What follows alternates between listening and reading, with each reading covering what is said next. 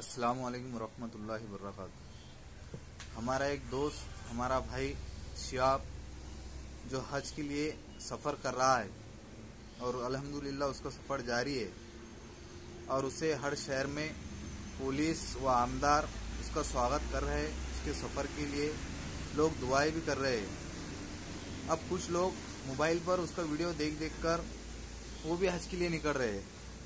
حالانکہ شیاب جو ہے الحمدللہ دولت مند بندہ ہے، لیکن اس کی دلی تمنا تھی، ایک مراد تھی۔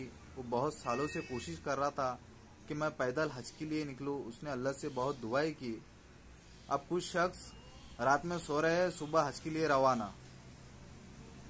انہیں جاہل لوگ کہا جاتا ہے۔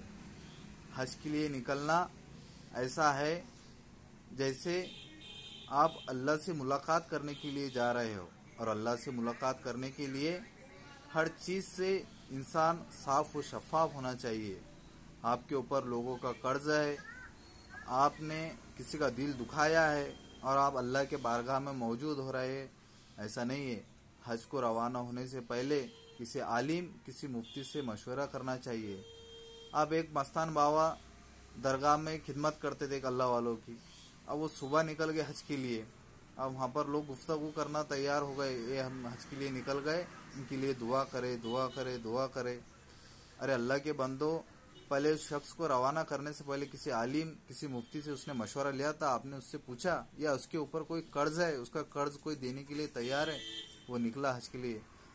اب وہ اللہ کا بندہ ہے، اس کا حج قبول ہو نہ ہو وہ اللہ کے اختیار میں، وہ اللہ بہتر جانتا ہے۔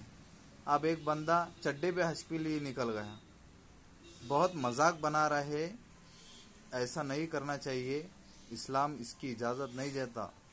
اگر آپ اتنے ہی حج کو ضرورت مند سمجھ رہے، حالانکہ حج سب پر فرض ہے جس کے پاس دولت ہے، لیکن حج کے لیے جانا کوئی معمولی بات نہیں ہے۔ آپ کا اگر دل کر رہا ہے کہ ہم حج کریں تو آپ اپنے ماں باپ کو مسکرا کر دیکھیے۔ کسی یتیم، کسی غریب بچی کی آپ شادی کرا دیجئے، اس کا نکاح کرا دیجئے، اللہ اس پہ بھی آپ کو حج کا ثواب دیں گا۔ آپ اس کی نیت رکھیے۔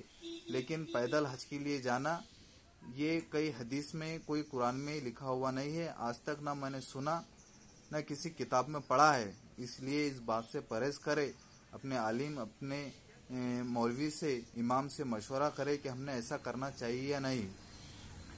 اب آگے چل کر ایسا ہوگا جیسے کہ پچھلے جو زمانے میں لوگ گزرے ہیں، ان کے باپ دادا سواری بیٹھاتے ہوئے، مولاٹ بیٹھاتے ہوئے آ رہے ہیں، اور ان کی ہوئی نسلیں، ان کے خاندان والے سواری بیٹھا رہے ہیں۔ ان سے اگر ہم پوچھیں کہ بھائی آپ یہ سواری کیوں بیٹھاتے، تو وہ کہتے کیا ہمیں بھی کچھ پتہ نہیں ہے، ہمارے باپ دادا سواری بیٹھایا کرتے تھے، اس لیے ہم بھی سواری بیٹھا رہے ہیں۔ اب یہ جو زمانہ چڑھ رہا ہے تو اس میں لوگ کہیں گے کہ ہمارے پپا نے، ہمارے انکل نے پیدل حج کیا تھا، اب ہم بھی حج کر رہے ہیں۔ اس لیے یہ جو ہے ایک بے علمی اور با ادب بات ہے، اس کا پرہیز کریے۔ اللہ تعالی ہمارے اور آپ کے گناہوں کو معاف فرمائے اور ہمیں سیدھی راہ پر چلائے، اور سچ و حق بات بولنے کے لیے ہمارے زبان کو ہمیشہ صاف رکھے اور شفاف رکھے، اور ہمیں راہ دین پر چلائے۔ السلام علیکم ورحمۃ اللہ وبرکاتہ۔